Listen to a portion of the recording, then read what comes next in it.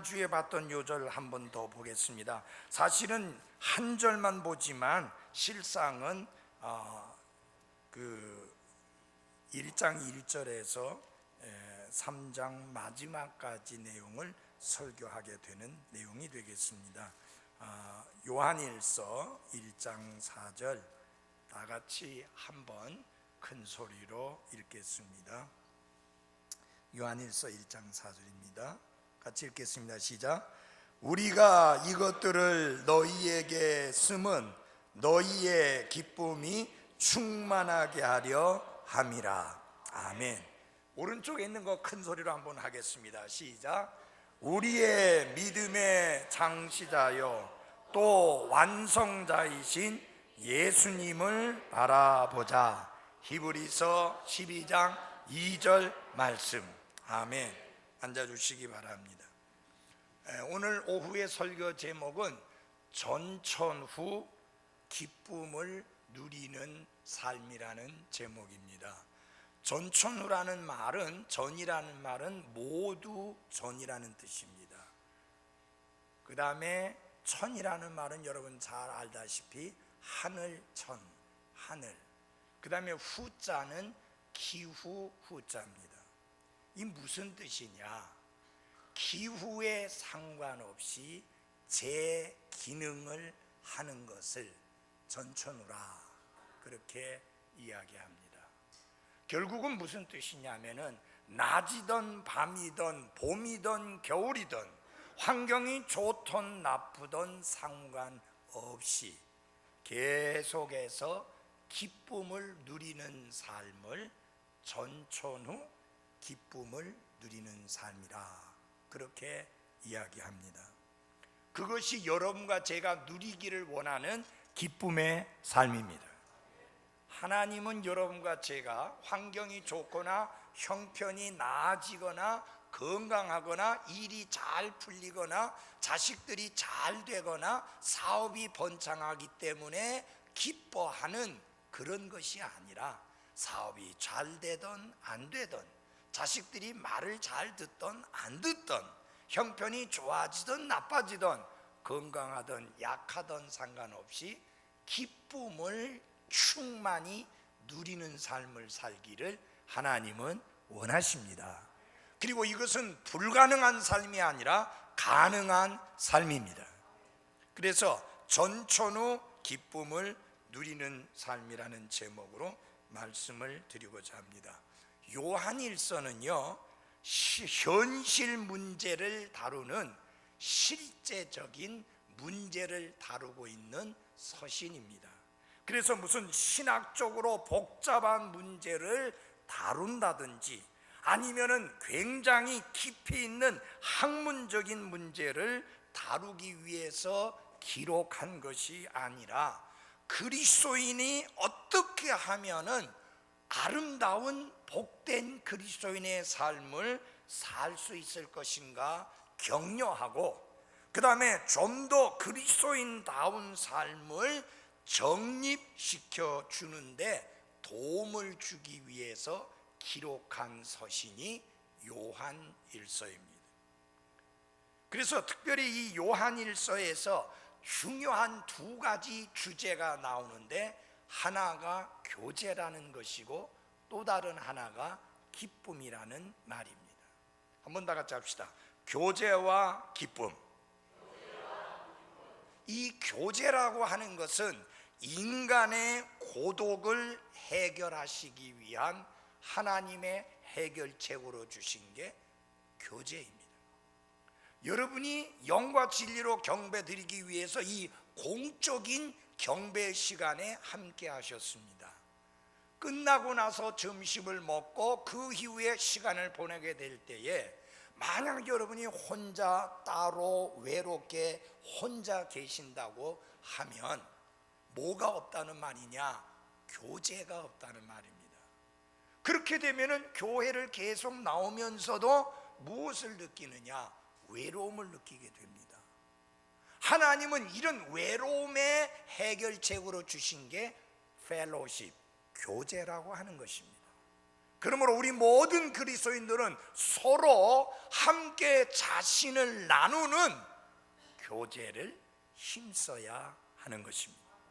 사도행전 2장에 보면은 3,000명이 구원받고 난 다음에 침례에 순종해서 교회에 더해지고 난 다음에 말씀을 계속해 보면은 사도들의 교리와 교제 안에 머물렀다라는 말씀이 나옵니다. 구원받은 그리스도인은 침례에 순종해서 교회에 더해지고 그 다음에 그리스도인들과의 친밀한 교제에 머물러야 하는 것입니다. 그 다음에 기쁨이라고 하는 것은 인생의 허무함과 공허함을 치유하기 위한 하나님의 해결책으로 주신 게 기쁨입니다. 여러분, 공허하다는 거 아시죠? 텅 비었다는 말 아니에요. 허무하다는 거, 인생에 의미가 없다는 거죠. 이런 인생을 위한 하나님의 해결책으로 주신 게 뭐냐? 기쁨이라고 하는 것입니다. 이 요한일서에서 보면 제가 기쁨이 중요한 주제라고 말했는데 요한일서의 기쁨이라는 단어가 달랑 단 한 번 나옵니다. 그게 바로 요한일서 1장 4절이에요. 근데 목사님, 왜 기쁨이라는 주제가 요한일서에 있어서 중요한 주제라고 말씀을 합니까? 라는 생각이 들 수 있는데, 기쁨이라는 단어 자체는 오직 단 한 번 나오지만 서신 전체에 흐르는 개념은 무엇이냐? 기쁨이라고 하는 개념이에요. 그래서 기쁨이라는 주제가 중요하다. 그러면 기쁨이라는 것은 어떻게 생기느냐? 우리가 생산해내는 게 아닙니다. 우리 스스로가 만들어낼 수 있는 게 기쁨이 아니고요, 기쁨은 하나님과의 교제에 놀라운 부산물이 기쁨입니다.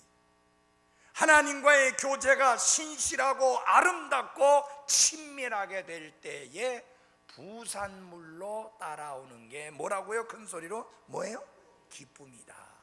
그러면은 다른 말로 바꿔 말씀드린다면 어떤 의미겠습니까? 하나님과의 교제가 친밀하지 않으면 뭐도 없다? 기쁨도 없다.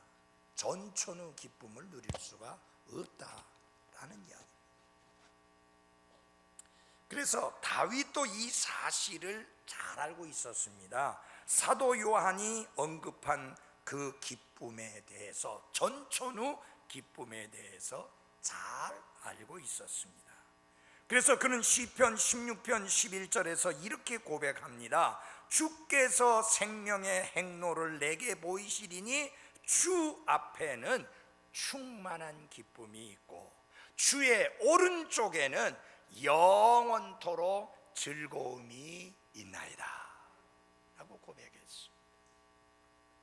자, 이런 이유로 인해서 우리가 현재 사는 세상이 어떤 세상이냐? 세상은 사악함 가운데 있다라고 요한일서 5장 19절에서 말씀하고 있고, 이것은 제가 요한일서 설교를 처음 시작할 때 강조했던 말씀입니다. 우리가 반드시 인식하고 있어야 될 것이 있습니다. 세상은 사악함 가운데 있다.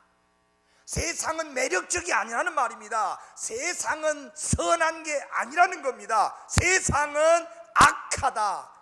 악함 속에 놓여 있는 게 뭐다? 세상이다. 그래서 세상을 사랑해서는 안 되고 세상에 있는 것들을 사랑해서는 안 되는 것입니다. 그 다음에 그럼 우리는 어떤 존재냐? 우리는 하나님께 속한 자다.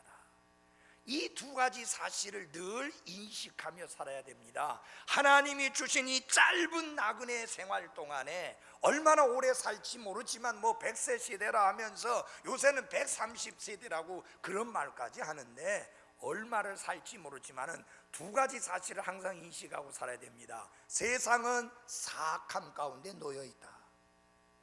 그래서 가까이 할 대상이 아니다. 두 번째로는 우리는 어떤 사람이냐? 우리는 하나님께 속한, 하나님의 가족에 속한 사람이라는 것을 늘 인식하고 살아야 합니다. 그러니까 이 말은 자연적으로 무엇이 따라옵니까? 구분된 생활, 분리된 생활, 구별된 생활을 살아야 된다는 것이 당연히 나옵니다. 왜? 우리는 세상에 속한 자가 아닙니다. 세상에 살고 있으나 세상에 속한 자가 아니고, 세상에 살고 있으나 우리는 하나님께 속한 자입니다. 그렇기 때문에 구별된 생활, 분리된 삶, 성별된 삶이 필요하게 되는 것입니다. 그래서 이 세상과 그리스도인의 자신의 위치에 대하여 확실히 파악을 한 우리들은 주변의 상황에 흔들리지 말고 충만한 기쁨, 곧 전천후 기쁨을 누리는 삶을 살아야 하는 것이죠.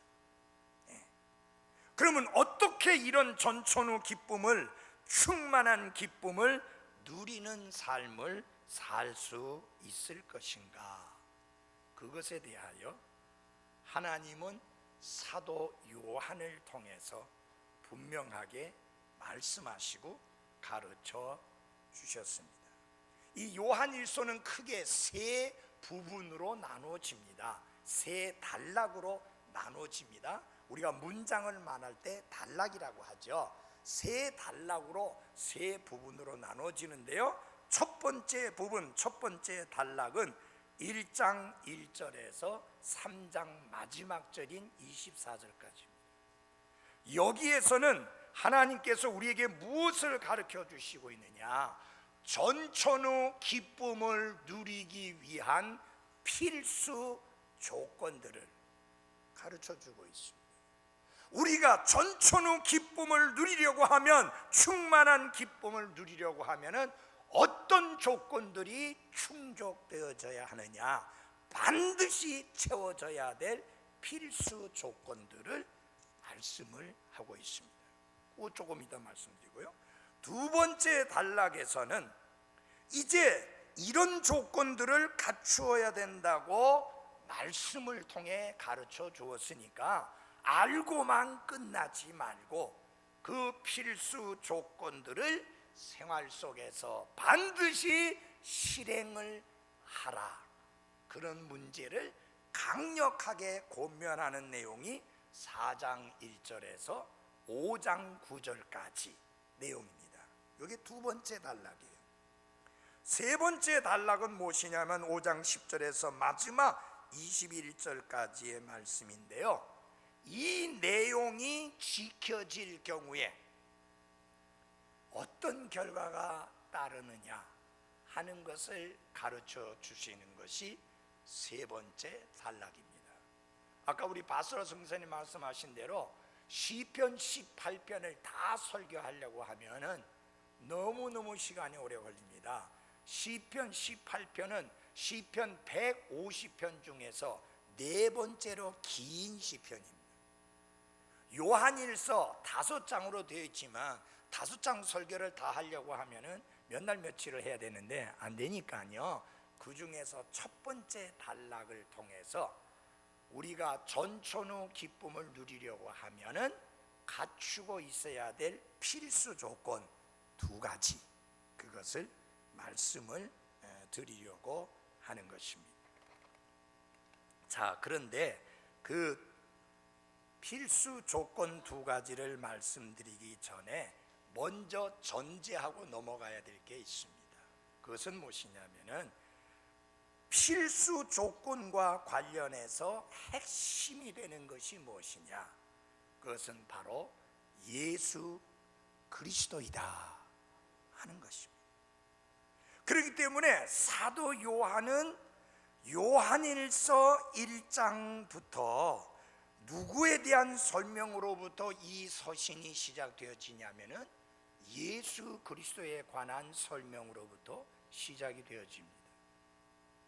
그리스도인이 어떻게 세상을 이길 수 있느냐? 물론 믿음으로 이기는데, 우리가 세상을 사랑하지 않고 하나님의 뜻을 따라 살게 될 때에 어떤 결과가 있느냐 하는 이런 권면의 말씀, 다른 것 다 하기 전에 제일 먼저 설명하는 내용이 1절부터 4절까지 누구에 관하여 설명하느냐? 예수 그리스도에 대하여 설명합니다. 그것은 무엇을 말하느냐? 충만한 기쁨의 삶을 누리는 비결에 있어서 핵심은 누구다? 예수 그리스도이다 하는 것입니다. 그래서 우리 여기 한번 보십시오. 1장 1절 봐주시기 바랍니다. 처음부터 계셨던 그것, 즉 생명의 말씀에 관하여는 그것을 우리가 들었고 우리 눈으로 보았으며 자세히 살펴보았고 우리 손으로 만졌노라. 그 생명이 나타나심에 우리가 그것을 보았고 또 아버지와 함께 계시다가 우리에게 나타나신 그 영원한 생명을 증언하며 너희에게 보이노라. 보인다는 말이 밝히 드러내노라 하는 뜻입니다. 그래서 사도 요한은 요한일서 첫 부분부터 누구를 밝히 드러내고 있느냐? 예수 그리스도를 밝히 드러내고 있습니다. 왜냐? 기쁨이 충만한 삶, 전천후 기쁨을 누리는 삶의 핵심은 물질도 아니요, 건강도 아니요, 돈도 아니요, 사람도 아니요, 오직 하나님의 아들 예수 그리스도, 우리의 구원자라고 하는 사실입니다. 이게 중요한 거예요. 예수 그리스도가 뭐예요? 핵심입니다. 교회 생활을 하는 데 있어서도 예수 그리스도가 핵심입니다. 예수 그리스도가 빠진 섬김은 아무 의미가 없습니다. 예수 그리스도가 빠진 찬양은 진정한 찬양이 아닙니다. 예수 그리스도가 빠진 드림은 아무 의미가 없습니다. 우리의 섬김과 우리의 찬양과 우리의 드림과 우리의 헌신의 기초는 항상 예수 그리스도, 그분이어야 하는 것입니다. 목사가 여러분의 섬김의 기초가 되어서는 안 됩니다. 아이고 우리 목사님 잘 섬기는 모습을 보면서 저렇게 좋아하는데, 내가 좋아하든 좋아하지 않든 그것이 섬김의 이유가 되어서는 안 됩니다. 우리의 섬김의 이유는 우리의 구원자여, 우리의 주님이시여, 우리의 생명이여, 우리의 모든 것이여, 우리의 기쁨이여 자랑이여 왕관이 되시는 예수 그리스도, 그분이어야 하는 것입니다. 여러분 아십니까? 창세기로부터 시작해서 요한계시록 마지막 구약 39권과 신약 27권, 이 전체에 항상 각 권마다 핵심은 누구냐? 예수 그리스도인 것입니다. 그래서 여러분이 창세기를 읽던, 출애굽기를 읽던, 레위기를 읽던, 여호수아서를 읽던, 시편을 읽던, 여러분은 항상 누구와의 만남이 있어야 되느냐? 예수 그리스도와의 만남이 있어야 합니다. 왜? 예수님이 친히 말씀하셨잖아요. 우리 다 같이 요한복음 5장 39절을 열어주시기 바랍니다. 요한복음 5장 39절 보면서 조금 하나 끕시다. 5장 39절.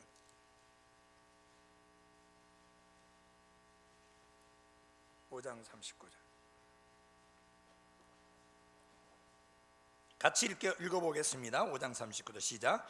성경 기록들을 탐구하라. 너희가 그것들 안에서 영원한 생명을 얻는 줄로 생각하거니와 그것들은 곧 나에 대하여 증언하는 것들이니라. 아멘. 여기서 예수님이 성경 기록들이라고 했을 때 그건 구약 성경을 말합니다.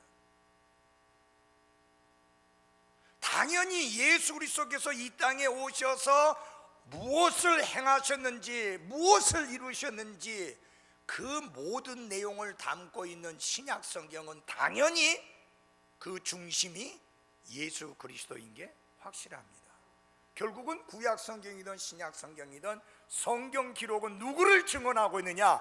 예수 그리스도를 증언하고 있는 것입니다. 분명히 아십시오. 성경은 도덕책이 아닙니다. 성경은 역사책이 아닙니다. 역사도 있고 도덕도 들어있지만 성경은 생명의 책입니다. 생명에 이르게 하는 책입니다. 그리고 생명에 이르는 길은 한 길밖에 없는데 예수 그리스도, 그분 통해서만 생명을 얻을 수 있습니다. 그러니까 요한일서도 그 핵심은 누구다? 예수 그리스도. 그 기초 위에서 되어져야 하는 것입니다. 그러므로 사람이 예수 그리스도를 알고 예수 그리스도와의 만남의 경험을 통해서 구원받기 전까지는 어떤 기쁨도 누릴 수가 없습니다. 예수 그리스도는 기쁨의 원천이십니다. 예수 그리스도는 기쁨의 근원이십니다. 모든 기쁨은 그분으로부터 나옵니다. 그래서 예수님은요, 이 기쁨에 관하여 많이 언급을 하시면서 그 기쁨을 내가 너희에게 주겠다, 그렇게 말씀하셨어요. 여러분, 예수님은 내가 너희의 삶을 행복하게 하겠다 그렇게 말한 적 없어요. 근데 기쁨을 주겠다고는 말씀하셨습니다. 우리 다 같이 요한복음 15장을 열어주시기 바랍니다. 요한복음 15장.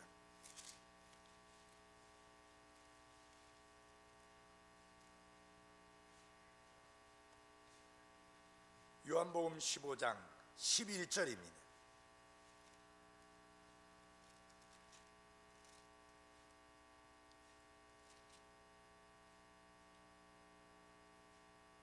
요한복음 15장 11절입니다. 제가 읽어드리겠습니다. 내가 너희에게 이 일들을 말하는 것은 내 기쁨이 너희 안에 머물러 있어 너희 기쁨이 충만하게 하려 함이니라. 예수님의 기쁨이 우리 안에 머물러 있게 한다. 그때 기쁨이 충만하게 된다 그랬습니다. 예수님의 기쁨은 환경이나 사람에 의해서 흔들리던 그런 기쁨이 아닙니다. 그 기쁨이 우리 안에 머물러 있게 해서 잠시 왔다가 스쳐 지나가는 게 아니라 머물러 있게 해서 너희의 기쁨이 충만하게 하리라. 그 다음에 또 약속이 하나 있습니다. 16장 22절 같이 읽어보겠습니다. 16장 22절 시작. 그러므로 지금은 너희에게 기쁜 근심이 있으나 내가 다시 너희를 보리니 너희 마음이 기뻐할 것이요 아무도 너희에게서 너희 기쁨을 빼앗지 못하리라. 아멘. 예수님께서 우리 마음속에 머물러 있게 한 그 기쁨, 아무도 그리고 그 무엇도 빼앗아 갈 수 없습니다. 예수님의 약속이에요. 그래서 여러분, 이 세상의 수많은 가르침과 성경의 가르침 혹은 기독교의 가르침의 차이점이 어디에 있느냐? 이 세상의 많은 가르침은 그 기초가 무엇 위에 세워져 있느냐? 인간의 철학에 세워져 있습니다. 그러나 성경의 가르침은 무엇 위에 세워져 있느냐? 예수 그리스도 위에 세워져 있습니다. 그게 근본적인 차이입니다. 그러므로 온 세상이 예수 그리스도를 알고 그분을 믿을 때까지 교회는 아직도 계속해야 될 놀라운 사역과 사명이 있습니다. 그건 뭐예요? 사람들로 하여금 예수 그리스도에 대하여 듣고 알고 믿게 해야 될 사역, 그것이 우리가 해야 할 사역입니다. 그래서 사도 요한은 예수 그리스도가 우리의 중심이요 우리의 근본이요 시작이요 마지막이기 때문에 예수 그리스도에 대한 명확하고도 확실한 설명으로 시작을 하고 그 이후에 가서야 그리스도인을 격려하는 말씀을 합니다.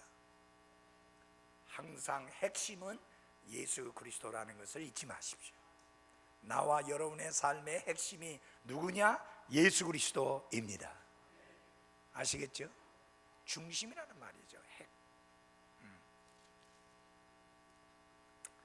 자, 그런데 전천후 기쁨을 누릴 수 있게 해주는 중요한 필수 조건이 있는데 그것이 두 가지라고 사도 요한을 통해서 하나님이 가르쳐 주시고 있는데, 그 중에 하나가 뭐냐?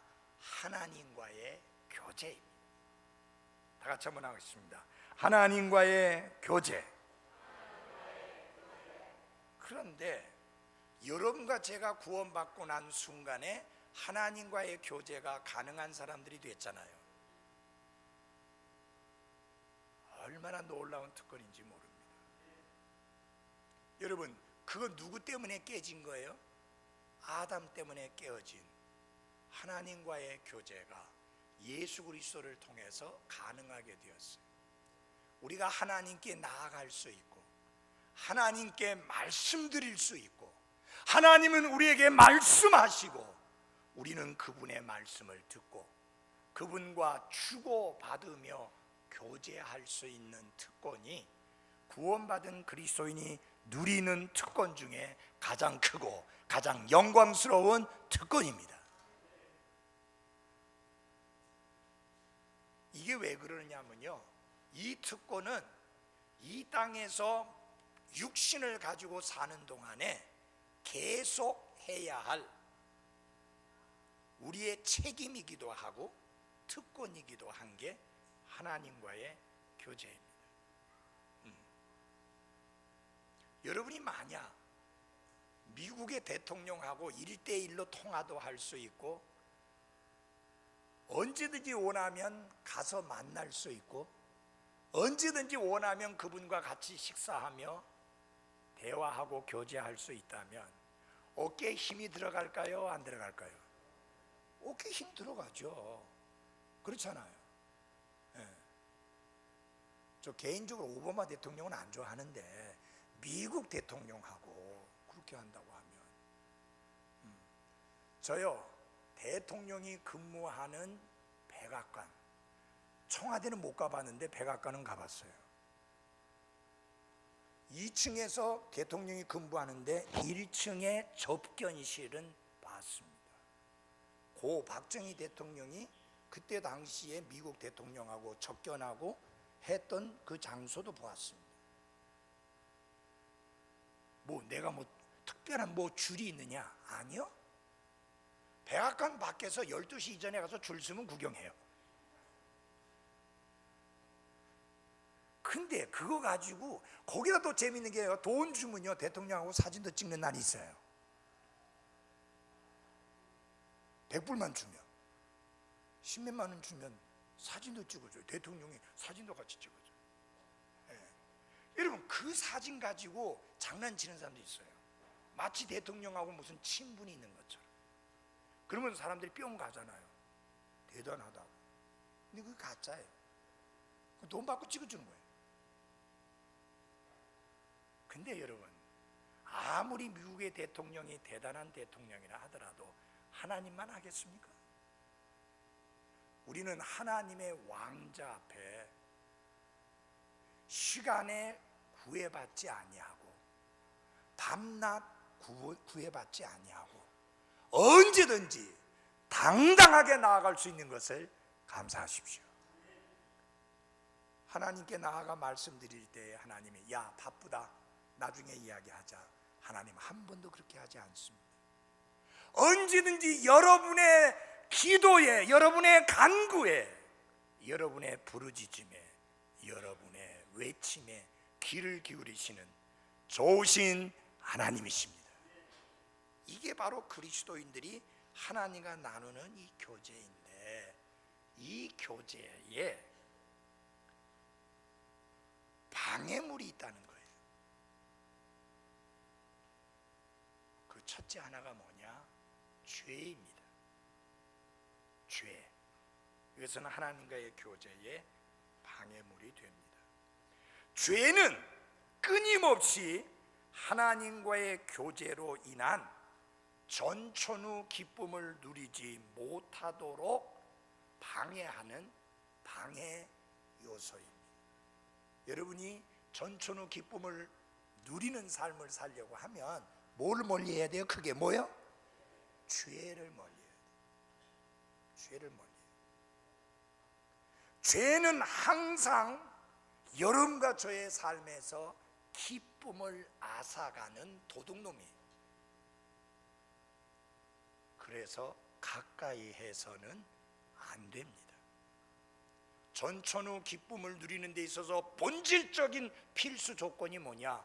하나님과의 교제예요. 근데 하나님과의 교제를 가로막는 방해 요소가 첫 번째 하나가 뭐라고요? 죄다. 다 같이 시편 51편을 열어주시기 바랍니다. 시편 51편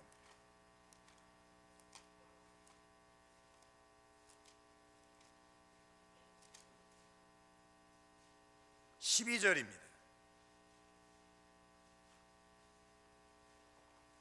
시편 51편 12절 같이 한 목소리 읽어보겠습니다. 시작. 주의 구원의 기쁨을 내게 회복시켜 주시고 주의 자유로운 영으로 나를 떠받쳐 주소서.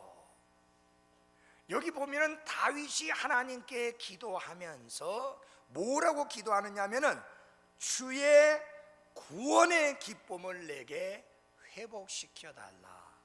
이 시편 5편 51편은요 어떤 내용이냐면은 51편 밑편에 보면 이렇게 되어 있습니다. 악장에게 준 다윗의 시, 그가 밧세바에게로 들어간 뒤에 대언자 나단이 그에게 왔을 때에 지은 시다. 그가 우리아의 남편 밧세바를 취해서 밧세바에게 들어가서 자식을 낳았는데 하나님이 치셔서 그 자식이 죽습니다. 여기서 한 가지 생각해야 될 게 있습니다. 내가 잘못한 것 때문에 자식이 해를 당할 수도 있다고 하는 사실입니다. 그래서 우리가 반듯하게 하나님 앞에서 곧바르게 살아야 합니다. 이게 그가 범죄하고 나서 하나님은 1년 동안 참고 견뎠어요. 왜냐하면 그 아기가 죽고 나서 나단 대언자를 보냈으니까요. 하나님은 다윗이 회개하고 돌이켜서 하나님 앞에 바른 관계를 맺으리라고 기대하고 기다리고 1년 동안이나 기다렸는데 이거 안 돌이키니까 1차 그 아기 치셨고 그 다음에 나단 대언자를 보내게 된 겁니다. 그때 그 말씀을 듣고 회개하고 눈물로 회개하는 그 회개의 내용을 담고 있는 게 시편 51편입니다. 근데 그는 이 시편에서 뭐라고 하느냐? 하나님이여 다시 구원을 받게 해주십시오라고 기도하는 게 아니라 구원의 기쁨을 회복시켜 달라고 기도합니다. 뭐예요? The joy of salvation. 구원의 기쁨을 회복시켜 달라. 다윗은 범죄하고 하나님 앞에 죄를 지음으로 말미암아 구원을 잃어버린 것이 아니라 구원의 큰 소리로 구원의 무엇을요? 기쁨을 잃어버린 거예요.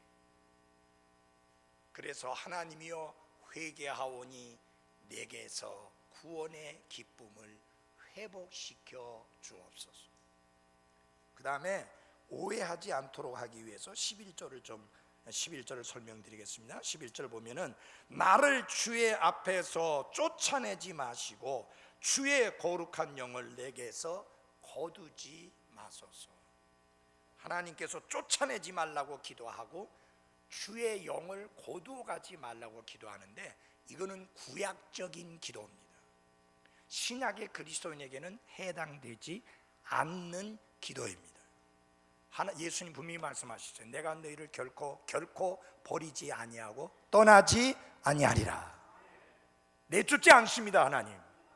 여러분 탕자가 내쫓김 당해서 나간 게 아니라 지발로 걸어 나간 거예요. 그러나 돌아왔을 때 아버지는 크게 환영해 주었습니다. 그 다음에 주의 영을 거둔다. 성령이 떠난다. 지금은 원로로 앉은 사람이지만은 서울에 제일 큰 규모의 교회를 목회했던 조 아무개 목사는 성령님이 들쑥날쑥 하는 걸로 가르치기로 유명합니다. 그 교단의 교리가 그렇습니다. 성령님이 죄를 지으면 나갔다가 회개하면 다시 들어왔다, 또 죄를 지으면 나갔다가 들어왔다, 들어갔다 나갔다 들어갔다 나갔다 한다고 가르치는데 그건 성경이 아니에요. 그들이 그렇게 말하는 이유 중에 하나가 시편 51편인데 그건 그게 아니에요. 당시에는 성령님께서 한 사람 안에 거주하시는 게 아니라 empower, 능력으로 임하셨다가 그분을 통해서 하나님이 이루고자 하시는 뜻이 다 이루어지면 성령께서 떠나셨어요. 그 다음에 언제 또 떠나느냐? 죄를 지었을 때 떠난 거예요. 삼손의 경우. 그러니까 지금 다윗이 기도하는 건 뭐냐면, 하나님, 내가 죄를 지었는데 회개하오니 내게 권능으로 임하셨던 성령의 권능을 거둬가지 마시고, 왜? 그게 없이는 내가 나라를 제대로 다스릴 수가 없으니 내게 주의 권능이, 성령의 권능이 계속해서 머물러 있게 하여 주옵소서. 그 기도예요. 그러나 우리는 지금 그런 기도를 할 필요가 없습니다. 성령님은 지금 우리 위에 임하신 게 아니라 우리 안에 거하십니다. 그리고 떠나지 아니하십니다. 대신에 그 성령님은 슬퍼하십니다. 우리가 범죄하게 될 때에 슬퍼하십니다. 그러므로 여러분, 하나님과의 교제가 전천후 기쁨을 누리는 데 있어서 필수 조건인데, 이 하나님과의 교제를 달콤하게, 친밀하게, 원만하게 하지 못하게 하는 방해 요소가 뭐냐? 우리 큰 소리로 뭐라고요? 죄라고 하는 것입니다. 근데 이 죄의 특징이 뭐냐? 항상 쾌락을 약속합니다. 그러나 결국 무엇을 안겨주는가? 슬픔과 고통만 안겨줄 뿐입니다. 그래서 죄의 쾌락들이라는 것은 일시적인 것일 뿐만 아니라 그것은 잠시일 뿐입니다. For a season. 잠시 동안만 기쁨을 안겨줄 뿐, 나중에는 훨씬 더 큰 슬픔과 고통을 안겨줍니다. 히브리서 11장 25절에 보면은 모세의 선택에 대하여 말씀을 하면서 이렇게 말씀을 했습니다. 잠시 죄의 쾌락들을 즐기는 것보다 오히려 하나님의 백성과 함께 고난받는 것을 택하였으며 그랬습니다. 사랑하는 그리스도인 여러분, 그리스도인의 삶은 선택의 연속입니다. 무엇을 선택하며 어떤 선택을 하느냐 하는 것은 굉장히 중요합니다.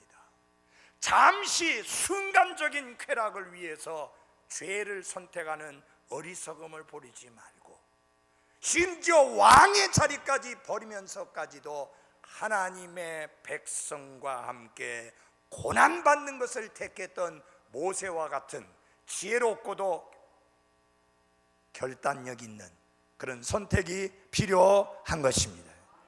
여러분은 주님을 따르면서 어마어마한 것을 포기했다고 생각하는 그런 생각이 들 때가 있을지 모르지만, 모세를 보십시오. 그는 왕자리를 거부하고 하나님의 백성과 고난받는 길을 선택했습니다. 죄송하지만 제가 물어볼게요. 그렇게 대단한 선택하신 분 없잖아요. 그러니 우리 우쭐대지 맙시다. 뽐내지 말고 하나님이 은혜로 나를 들어서 하나님의 영광을 위하여 써주시는 거 감사하면서 기쁨으로 섬길 수 있기를 바랍니다. 하나님이 주시는 쾌락들은 영원할 뿐만 아니라 영원히 지속되는데, 시편 기자를 통해서 말씀하셨습니다.